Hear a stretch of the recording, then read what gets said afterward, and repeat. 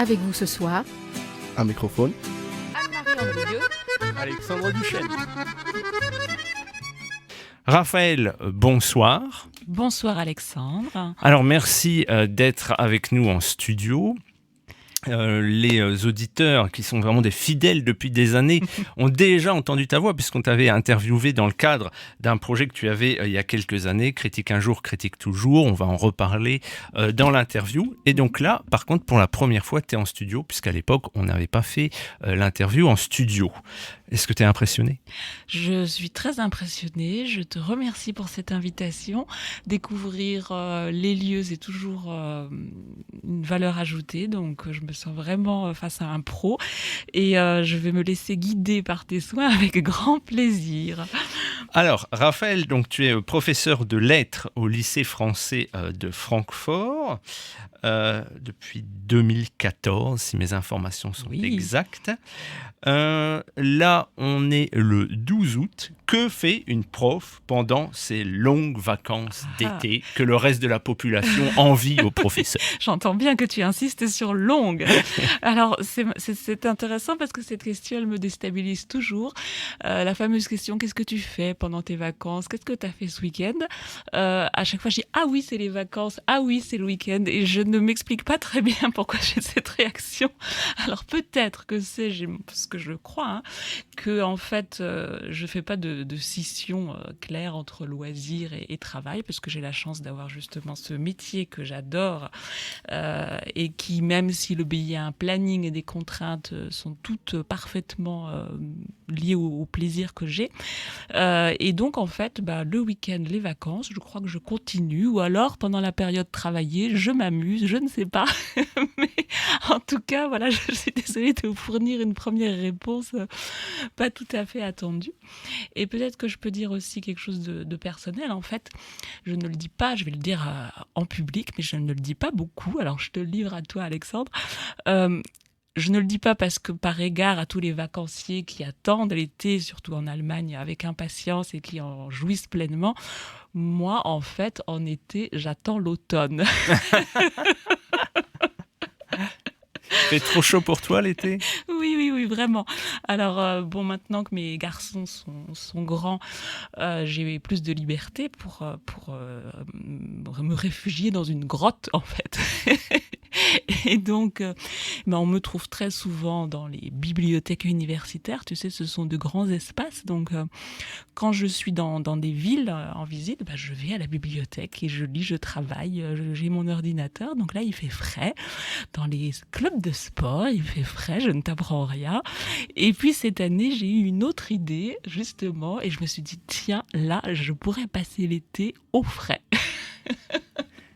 Et alors, quelle est donc cette idée ? Cette idée est liée à un SMS au mois de juin d'Alexandre Alimani, que vous connaissez, qui est le gérant des 2 fromageries de Francfort, et qui m'écrit et qui me dit si ton fils cherche un job, nous embauchons à la fromagerie. Et j'ai pas répondu tout de suite parce que je me suis dit je vais peut-être pas prendre une initiative aussi farfelue le soir. J'ai laissé passer 48 heures et puis je lui ai répondu par SMS, écoute, mes fils ne sont pas disponibles, mais si tu voulais me faire travailler à la fromagerie cet été, je serais ravie. Voilà, dans une fromagerie, il fait frais. Ah, le bon plan. Voilà, alors, outre la température, bien sûr, il y avait d'autres motivations. Si tu veux, en tant que professeur, le dernier sentiment qu'on a fin juin, c'est quand on est professeur en fin de collège, en 3e, on va, en tant que tuteur, rendre visite à nos stagiaires qui font un stage dans un lieu professionnel. Et puis, on regarde ce qu'ils font. Et à chaque fois, depuis des années, je me dis, mais qu'est-ce qu'ils ont de la chance de passer quelques semaines au sein d'une entreprise, de découvrir tout ça. Et moi, je suis prof et j'adore être prof, mais enfin, qu'est-ce que ce serait bien de découvrir autre chose.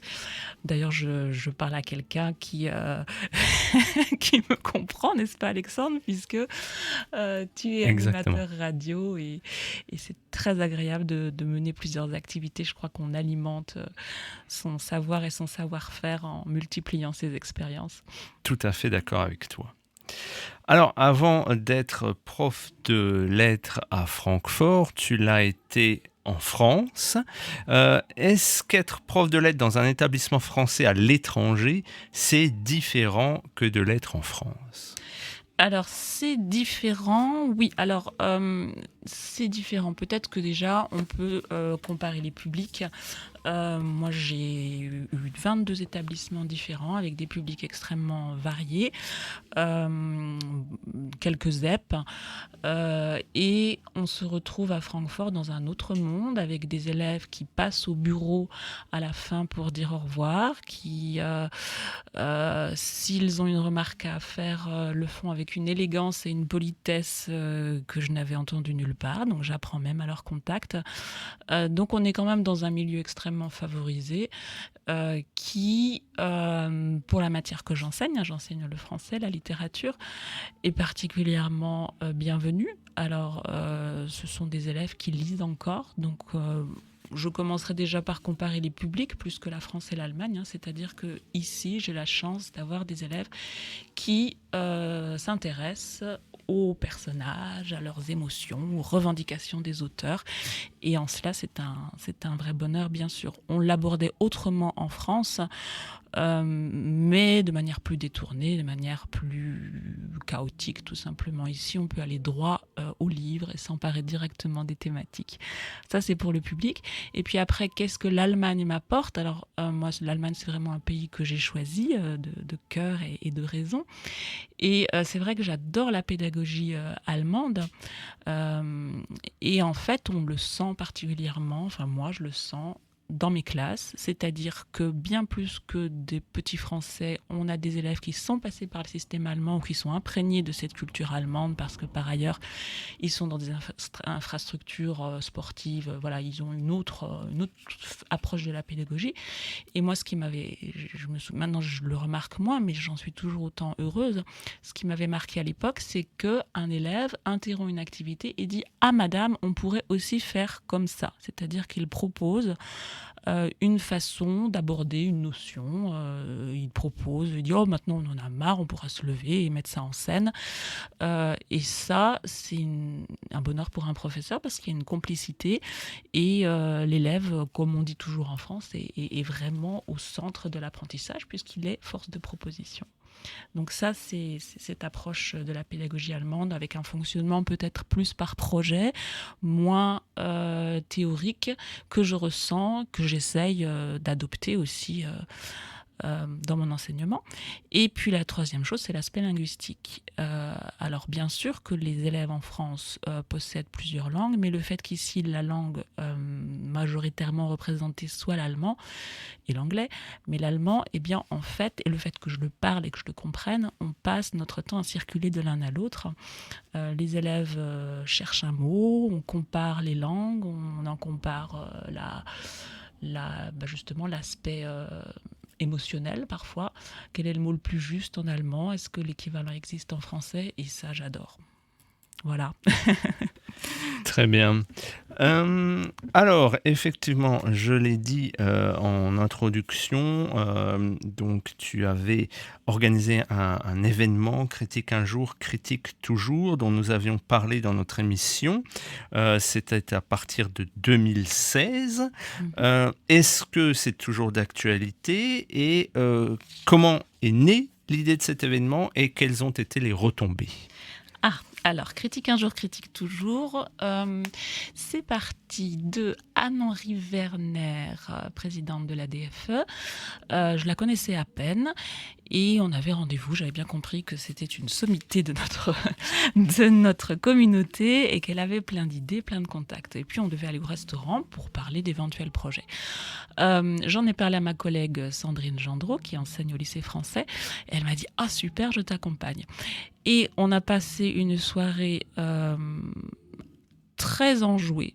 Et ça n'a plus jamais arrêté ensuite. C'est-à-dire qu'on a tout fait sur un mode extrêmement joyeux, mais ça, on le doit à Sandrine, on le doit à Anne.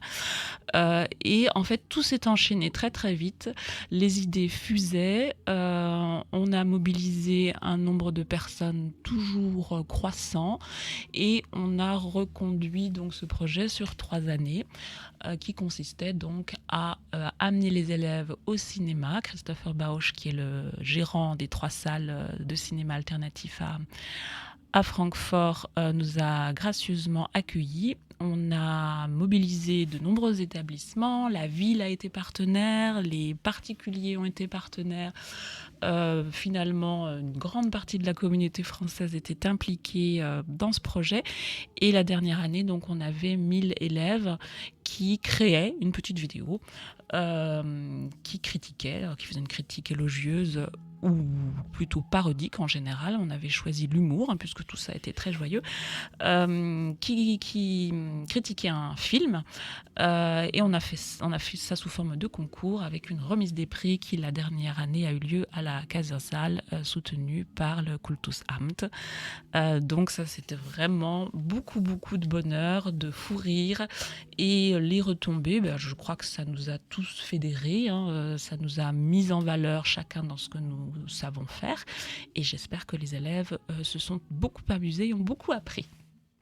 Raphaël, donc tu nous as dit que en ce moment tu travaillais dans une fromagerie à Francfort. Ça m'a assez surpris. Qu'est-ce que tu peux nous dire de plus sur cette expérience ? Alors, je pense que faire un stage, c'est quand même très partagé. Beaucoup de monde autour de moi, pendant l'été, fait un stage de vannerie, tresse des paniers en osier. Donc ça, c'est assez commun et puis, je crois, assez enrichissant. Non, moi, ce qu'il y a de particulier, c'est que je ne crois pas forcément être faite pour ça. Hein. Les calculs, hein, le calcul mental, vous savez, le moment où à la caisse, vous avez déjà la caisse enregistreuse qui vous a donné la somme à rendre et puis finalement, le client rajoute 57 centimes alors qu'on est arrivé au bout de son parcours, qu'on a trouvé le bon fromage, qu'on l'a coupé correctement, qu'on l'a emballé correctement. Donc tout ça, en fait, pour moi, c'est extrêmement rafraîchissant parce que ce sont de nouveaux savoirs liés beaucoup plus au geste que dans mon métier de professeur. Et puis, j'adore être dans cette position d'apprenante. Je me dis, si je vais un petit peu intellectualiser tout ça, je me dis que c'est la position que mes élèves ont en général en face de moi, que parfois ils n'y comprennent rien. et puis, je me suis dit, en entrant donc avec Alexandre, qui a une 30aine d'années, et Sacha, qui est mon collègue le plus proche, je me suis dit, mais comment vont-ils faire pour apprendre à une prof ? Et en fait, j'apprends énormément à leur contact. Je ne sais pas si le mot pédagogie est adapté, mais enfin, ils ont une façon de me parler. Ils ont formé, je pense, tellement de monde, de types tellement différents. Ils ont une telle expérience que finalement, tout est très progressif. Donc, les informations, ils voyaient bien que je les avais intégrées, mais quant à les réaliser, donc voilà, j'ai apporté le papier emballage à la maison pour emballer tout ce que je trouvais pendant une soirée. Si vous voulez me demander, Alexandre, si tu veux que je fasse tes papiers cadeaux à Noël. Voilà, donc en fait, c'est des tas de petites choses. Hein. Je me suis dit, mais ce n'est pas le monde de l'enfance, de jouer à la petite marchande, pas du tout, parce que même toutes les personnes qui me disent, alors, tu révises tes fromages, mais ça, c'est que la partie académique, en fait. Hein. Il ne s'agit pas d'écrire une disserte en 3 parties sur la fourme d'Ambert. Non, il s'agit de capter l'attention d'un client et de comprendre ses désirs pendant quelques secondes, en fait. Et puis, tout ça, c'est semé d'embûches. Ah, tiens, il faut que je fasse attention à mes doigts pour la trancheuse. Et en fait, c'est une grande satisfaction d'être dans cette position, dans un milieu extrêmement bienveillant. Sacha, qui ne nous écoute pas, j'espère, sinon il va rougir parce que je me sens particulièrement bien à son contact, et ça, je ne connaissais pas non plus le fait de passer 8 heures par jour avec une autre personne. Moi, d'habitude, j'ai des foules, des enfants, et je suis la seule adulte. Et puis là, il y a forcément une complicité, puis une obligation de bien s'entendre. Et pour ça, Sacha excelle et me met tout de suite tout à fait à l'aise. Et dans ce climat, je peux me permettre d'avancer à mon rythme et d'apprendre. Donc voilà, c'est une expérience que beaucoup de monde vit, mais que peut-être un professeur ne vit pas souvent et que moi j'avais envie de vivre et j'espère que ça ne s'arrêtera plus.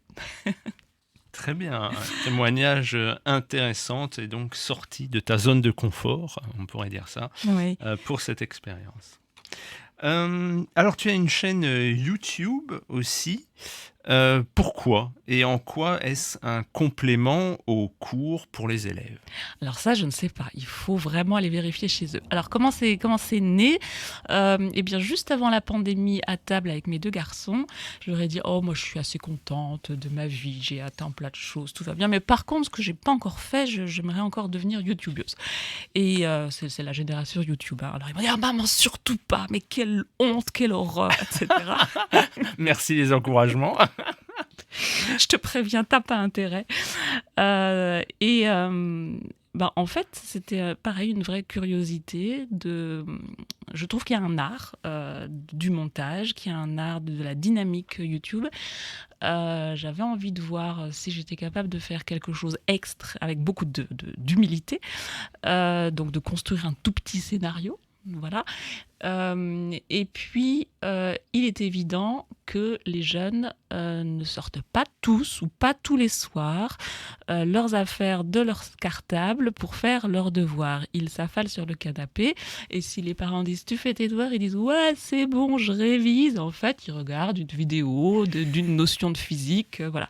Et c'est vrai que c'est un marché qui n'est pas beaucoup représenté en France. En tout cas, il y a 5 ans, il l'était peu. En Allemagne, beaucoup plus. Et je me suis posé ce défi à moi-même, comment expliquer une notion, comment faire un mini-cours sous ce format. Alors j'ai bien galéré, parce que je suis partie avec le logiciel DaVinci Resolve. Je ne sais pas si tu connais, beaucoup trop compliqué pour moi. Donc j'ai passé des heures à faire mes montages, à perdre mes documents. Bon, maintenant je suis passée à un logiciel plus simple. Donc c'était extrêmement laborieux. Mais voilà, ce qui est laborieux ne tue pas, le ridicule ne tue pas. Et puis ensuite, quand on est revenu en présentiel, c'est là que la vérité a éclaté, c'est-à-dire est-ce que ça sert à quelque chose? Donc j'ai parfois même poussé le vice jusqu'à passer mes propres vidéos en cours pour regarder la tête de mes élèves, est-ce qu'ils en captaient? Donc j'ai eu des surprises assez intéressantes et édifiantes. Et du coup, j'ai pu trier entre ce qui fonctionne et ce qui fonctionne moins. Et quelque chose que j'ai conservé, c'est par exemple la fameuse dictée. Donc mes élèves qui passent le brevet ont droit à 2 dictées que j'arrange moi-même. En fait, je combine les éléments dont ils ont besoin, les mots, les révisions grammaticales, et puis je leur crée cette dictée. Progressivement dans l'année, ils les font, les difficultés croissantes. Et je crois que c'est efficace. En tout cas, ils les font tous. Ils se plient à l'exercice. Ils ne mettent pas le traducteur automatique parce qu'ils aiment bien. Et j'ai beaucoup de parents en rendez-vous qui me disent: «Oh, on fait votre dictée, madame. Ma fille est plus forte que moi.» Mais on s'entraîne. Et ça, c'est un gain de temps assez important parce qu'une dictée en classe, ça prend 30 minutes facilement. Et là, eh bien, ils s'entraînent seuls à la maison. Et puis, on les corrige en cours. Voilà. Alors, ça fait quand même, je l'ai dit, tu es à Francfort depuis 2014 et avant, tu étais déjà prof en France. Est-ce que les élèves ont changé depuis que tu es prof? Est-ce que la manière de faire cours pour les atteindre doit être différente? Ça, c'est extrêmement complexe comme question. Alors déjà, avant de dire que les élèves ont changé, j'ai envie de dire que moi, j'ai changé, qu'au fil de sa carrière, on revoit ses ambitions littéraires pour aller vers des choses plus immédiates, plus citoyennes. On se dit que la priorité, c'est pas tout à fait la culture, mais le rapport au monde. Voilà. Donc, je pense que de plus en plus, je suis fière des élèves qui gagnent en humanité, j'ai envie de dire, plus qu'en savoir littéraire. Donc j'ai des cours complètement différents. Donc moi j'ai changé. Est-ce que les élèves ont changé? Donc tu penses par exemple aux aspects... Au fait que ce qu'on lit, c'est que les jeunes de nos jours auraient plus de mal à rester concentrés sur un laps de temps plus long parce que on est dans une société où voilà, on va sur YouTube et puis on regarde une vidéo 10 secondes, on passe à la suivante, etc. Euh, est-ce que toi, tu as l'impression effectivement que ils ont plus de mal maintenant à rester concentrés qu'au départ? Oui, mais est-ce un mal puisque le monde évolue en fait tout dans la question il faut voir que donc je suis partie de moi j'ai changé le monde change à une vitesse insoupçonnable et j'ai même envie de dire que je compte sur mes élèves pour me montrer à quelle vitesse le monde change parce que je crois que ils le perçoivent de manière instinctive beaucoup plus nettement que moi puisqu'ils sont au centre de ces technologies et de ces médias. Euh, et avec le public que j'ai envie de dire que ils savent s'approprier de manière générale les nouveaux supports de manière intelligente. Bien sûr, nous sommes là pour les y aider, mais chaque nouvelle révolution, donc on a eu très très peur de Wikipédia il y a quelques années, on a très très peur de ChatGPT, mais je crois que c'est dans une collaboration entre les élèves et les professeurs pour éviter ce climat de suspicion, oh, tu as triché, oh, le prof nous demande des choses qui ne sont pas intéressantes, pour éviter justement ce climat complexe et désagréable, c'est à nous de collaborer en fait avec l'outil, avec le nouvel outil et comprendre comment est-ce que les élèves peuvent user au mieux de ce qui nous paraît choquant. Moi, j'ai envie de parler de ChatGPT, on n'a pas encore la réponse. Les premières expériences de mes collègues existent, mais ça va être l'enjeu de l'année prochaine. Comment est-ce qu'on va faire pour qu'un élève, quand tu parles de concentration, se concentre sur un devoir alors qu'il a la réponse toute faite quelque part. Comment faire pour éviter... Pour l'instant, on dit encore qu'il triche, mais il va falloir qu'on dise qu'ils s'appuient, qu'ils aient des appuis intelligents sur une intelligence qui, normalement, qui doit être utilisée à bon escient. Donc, pour moi, c'est l'enjeu. Et la concentration... alors en tant que professeur de littérature, j'ai envie de dire que ça peut être un problème par rapport aux romans, puisqu'on sait que l'essentiel du programme, ce sont des romans du 19e siècle. Donc ça, c'est absolument... c'est un défi très important pour la plupart des jeunes. Mais est-ce que ça n'a pas toujours été le cas? Est-ce que tout simplement, on n'est pas en train d'être plus... franc avec nous-mêmes, nous professeurs, de nous dire oui, il n'y a que une moitié de classe, un tiers de classe qui va lire l'œuvre, mais les autres vont se l'approprier tout aussi bien par d'autres biais. Et moi, je n'y vois pas un scandale. Je crois qu'une œuvre se lit par la lecture, mais aussi par des extraits, aussi par des adaptations, aussi par un contexte mimétique, c'est-à-dire qu'on peut transposer un roman dans la vie d'aujourd'hui et peut-être le comprendre aussi bien que si on le lisait ligne par ligne. Donc moi, la lecture linéaire, j'y reste très attachée, bien sûr, mais je crois qu'on peut, avec moins de concentration, rester proche des livres et des histoires. Alors, tu nous as parlé de ton expérience à la fromagerie. Tu es également présidente du Cercle Condorcet de Francfort. Pour sortir un petit peu de ton métier de professeur, quel est ce cercle et qui fait-on? Alors, le Cercle Condorcet. Alors, c'est réellement quelque chose qui existe. Les cercles Condorcet, on en a en France. Et tout au départ,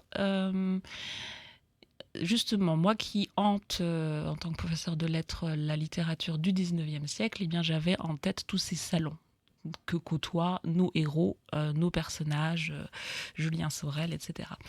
Et ça m'a toujours fascinée parce que le salon, c'est quand même un lieu de rencontre de gens bien né, mais aussi d'une certaine intelligence. C'est ce qui remplaçait le journalisme aussi, puisqu'on y avait des scoops d'experts qui venaient faire part de leurs découvertes. Et puis tout ça dans un lieu protégé par une femme, comme on sait en général, qui fait régner justement une atmosphère agréable, propice au développement de nouvelles idées. Et moi, ça m'a toujours fascinée, en fait. Et le jour où, un peu par hasard, j'ai eu un très grand salon, je me suis dit, mais ce salon, il ne va pas être pour moi, il va être pour une société, pour un cercle. Et donc, je ne connaissais pas, enfin, je n'employais pas encore ce mot entre-temps, mais je crois que j'ai joué là pendant une année à recevoir, comme on recevait au XVIIe et au XVIIIe siècle, et au XIXe aussi, donc salonnière, voilà, salonnière. Et alors, c'est un petit peu comme ton rôle actuellement, Alexandre, il ne s'agit absolument pas de se mettre en valeur, mais de mettre en valeur l'autre. Donc, je crois que tu me comprendras. De repérer quelqu'un qui, dans un commerce, qui, dans une conversation entre amis, nous a vraiment passionnés et dont on aimerait en savoir plus. Et donc ça nous arrive à tous. Hein. On passe faire réparer son vélo, puis on se dit « Ah oui, il est quand même vachement calé, et puis il a vécu des tas de choses. » Et en fait, ça, c'était la base de ces cercles, c'est-à-dire un intervenant qui a des choses à dire sur sa passion, sur son métier éventuellement, et qui, au lieu d'en parler 5 minutes ou un quart d'heure dans un dîner, pourra en parler 45 minutes et sera accompagné par, comme toi, une personne qui anime le cercle. En l'occurrence, Sandrine Gendreau fait ça avec tout son talent et sa joie de vivre. Et on avait à cœur aussi que ce soit extrêmement structuré pour pas que ça parte comme ce que je n'aime pas toujours, j'avoue, dans les soirées françaises. Donc on a fait des salons un peu rigides, mais je crois que ça en a fait la valeur aussi. C'est-à-dire qu'on avait un apéritif qui en général était sponsorisé, donc on a eu beaucoup de contacts pendant une demi-heure, 3/4 d'heure pour l'intervenant, 3/4 d'heure où on mettait où on met encore, on le continue toujours, où on met les participants en binôme, en fait. En tant que prof, on sait faire ça, mais ça a toujours très bien marché, c'est-à-dire que Alexandre et Déborah, on pose une question générale et Alexandre et Déborah ont un quart d'heure pour se raconter le plus beau souvenir lié à un vin, ou pour réfléchir à une problématique, faut-il pêcher ? Voilà. Ou bien, voilà. Donc, des discussions sont nées comme ça, et puis des contacts, parce que beaucoup de membres de ces soirées sont restés en contact, sont devenus amis. C'était ça aussi, hein, tisser du lien à l'intérieur de la communauté française et francophone. Et on terminait chaque fois par 5 minutes de musique. Et ça créait, après toute cette parlotte justement, on retournait peut-être à des choses plus intérieures, et on avait 5 minutes de musique liées au thème. Ah, donc tu étais là à la soirée. Oui, j'ai un souvenir merveilleux. Rugby. Exactement, oui. Et à la soirée rugby, je me suis dit, mais il nous faut une cornemuse dans mon salon. Et nous l'avons trouvé. Ouais, je n'oublierai jamais ce moment où donc un joueur de cornemuse s'est mis à jouer dans un salon à Francfort, dans un appartement bien sûr, parce que t'as pas une maison avec 200 mètres de terrain autour de toi. C'était magnifique. Oui. J'aurais jamais cru ça possible. Donc, ouais, très bon souvenir. Et puis j'ajoute qu'après le premier morceau, je lui avais dit 3 minutes, c'est bien, 2-3 minutes. J'étais un peu crispée quand même en pensant pas seulement aux voisins, mais à toute la rue en fait. Et puis après 3 minutes, vous étiez tellement enthousiaste, moi aussi bien sûr, que vous lui avez dit « Oh, un autre !» Il a dit « Oh, bah, je peux vous en jouer un autre !» Voilà, exactement, très bon souvenir. Alors Raphaël, on l'a bien compris en t'écoutant, tu es quelqu'un qui a toujours plein d'idées, des nouveaux projets. Justement, as-tu des nouveaux projets en préparation ? Alors je ne sais pas si j'ai beaucoup d'idées, j'ai l'impression que tout le monde a beaucoup d'idées, mais ce que j'adore, moi, c'est les mettre en contact. Et alors ça fait encore plus d'idées. Et oui, bien sûr, tu n'es pas sans ignorer, Alexandre, que l'été prochain, nous avons les Jeux Olympiques d'été en France. Et Exactement. donc, je me suis dit que ce serait bien de mettre le sport à l'honneur. On verra si ça se fait par le biais de mon lycée. Je crois que c'est tout à fait possible et faire quelque chose de l'ordre de Sport trifft Kunst. Le sport rencontrerait l'art et si on arrivait à fédérer là autour des lycées, même mon lycée bien sûr, mais également les élèves qui apprennent le français dans les autres lycées de la ville, les clubs de sport, des sportifs de haut niveau à titre individuel. Donc je reviendrai vers toi, Alexandre, parce que tu dois avoir un carnet d'adresses exceptionnel. Et puis les musées, la ville, voilà, donc ce sont des balbutiements, mais j'ai pris du temps justement cet été pour faire mes premiers courriers et j'attends l'aval de ma direction et des rendez-vous avec toutes ces personnes qui, je pense, ont envie de faire quelque chose autour du sport. Voilà, si on arrivait à faire rencontrer le sport et l'art, ce serait exceptionnel durant l'année scolaire prochaine. Alors là, on va attendre avec impatience d'en savoir plus. Retour à la littérature, est-ce que tu as des auteurs préférés ? Alors, j'adore absolument tout ce que j'enseigne. Il y a des auteurs que je déteste, mais dans cette détestation, je leur reconnais des trouvailles absolument exceptionnelles. Et donc, tous les auteurs du Panthéon, j'ai envie de dire littéraire, moi, chaque année, je m'émerveille de Molière. Je savoure et je ris chaque année de Voltaire. Je trouve que c'est tellement bien tourné. Montesquieu est tellement fin. Rimbaud est tellement incroyable, j'ai pas de mots. Je reste une adolescente face à Rimbaud, j'ai encore son portrait sur le frigo. Non, donc tout ce que j'enseigne, je l'adore. Et alors, je ne sais pas si je suis très légitime pour recommander des auteurs, puisque finalement, enfin en français en tout cas, puisque finalement je lis peu en français, parce que j'ai envie de m'étonner. Je crois que je connais, que je pratique trop, pas trop, mais que je pratique la syntaxe, les références culturelles françaises, le schéma narratif, c'est-à-dire la manière dont évolue une fiction, je les pratique en français et j'ai toujours envie de me dépayser avec d'autres pays, en fait, et une autre littérature. Et alors, si je devais donner un nom, je nommerais sans hésiter Andreï Kourkov, qui est un écrivain russe qui vit en Ukraine, qui est persona non grata en Russie, et qui, depuis des années, donc, écrit des romans et s'engage auprès des siens en Ukraine. Et alors, son dernier roman s'appelle Les Abeilles Grises. Il a été écrit avant le début de la guerre et il est visionnaire dans la mesure où il rapporte la guerre du Donbass, en fait, et sur fond de conflit. Ce que j'adore chez Kourkov, j'ai tout lu, c'est qu'on sent dans son écriture et justement dans le rythme cet engourdissement, cette lenteur qui est liée à l'hiver. On a des personnages qui ont froid, donc quand ils rentrent chez eux, ils ont d'abord une demi-heure d'absence. Ce ne sont pas des personnages qui agissent comme dans d'autres romans. Et puis ils sont plongés aussi dans cet engourdissement parce qu'ils ne comprennent pas ce qui se trame autour d'eux. Il y a des forces invisibles, administratives, des forces politiques. Et ils sont naïfs, ils sont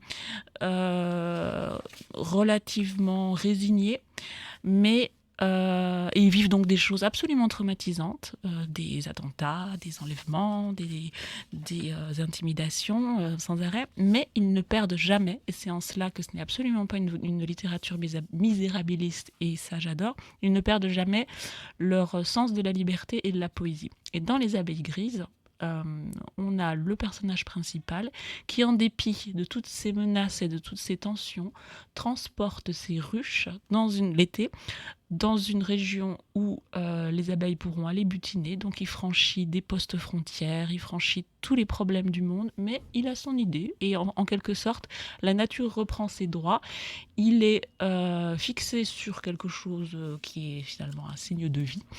Il ignore tous ces problèmes et il essaye de donner le sens à sa vie en faisant son miel. Voilà. Et en cela, Kourkov, qui est par ailleurs un homme de 60 ans, francophone, francophile, que nous espérons, que j'espère vraiment un jour pouvoir inviter ici, qui est d'ailleurs un peu comme son personnage des abeilles grises, il franchit les frontières, il donne des interviews, tu peux l'inviter Alexandre, indépendamment des circonstances, on le retrouve dans de nombreuses émissions, et il est toujours extrêmement drôle, extrêmement intéressant, extrêmement humain et élégant à la fois, et donc voilà, j'espère un jour qu'on pourra profiter de son humanisme. Très intéressant. Alors, quand on est prof de lettres, est-ce qu'on n'a pas envie de devenir soi-même écrivain ? Alors, écrivante. Alors, moi, écrivain, je ne sais pas, mais écrivante, oui. Ça, oui. Alors, voilà, il y en a qui font la cuisine, moi, je la fais un petit peu. Il y en a qui font du jardin, moi, j'écris. Voilà. Alors, c'est des heures, en fait, des heures et des heures. Je ne comptabilise pas, c'est là, je le fais. Je n'essaye pas je n'essaye pas d'être Beaumarchais, d'être un auteur, je n'essaie pas de publier, même pas. J'écris, j'essaye de rendre ce que je préfère, donc une certaine autodérision, le goût de gentilles catastrophes. Je m'inspire, je crois, largement de ce que je vis. Et j'écris beaucoup, oui, ça c'est sûr. Devenir écrivain, je ne sais pas, quand on côtoie comme ça tous les jours les plus grands, on se dit je ne serai pas ces gens-là, puis est-ce que j'ai envie de devenir Musso? Non plus. Et c'est très agréable de se chercher et puis de ne pas avoir finalement de but bien clair. Alors Raphaël, on approche de la fin de cette interview. Si tu étais un genre littéraire, lequel serait-ce ? Ah, c'est intéressant. Alors, peut-être que je serais un récit court avec un cadre du quotidien dans lequel se passe justement une petite catastrophe qui n'a pas d'incidence et puis finalement cette catastrophe va être une plus-value. Alors par exemple, je pense au petit Nicolas de Sampé. Voilà, ce serait ce que je préférerais être, c'est-à-dire une situation tout à fait quotidienne et puis finalement un petit dans cette machine bien huilée de la famille ou de l'école, eh bien il y a quelqu'un qui a envie de faire le mariole, le guignol, même si la maîtresse ne l'entend pas comme ça du tout et que maman fait les gros yeux, et finalement eh bien tout le monde est très heureux qu'il y ait eu un incident et voilà, ça c'est ce qui me représenterait le plus, je crois. Parfait. Merci beaucoup, Raphaël, de t'être prêté au jeu de l'interview. Merci à toi. C'était très, très intéressant.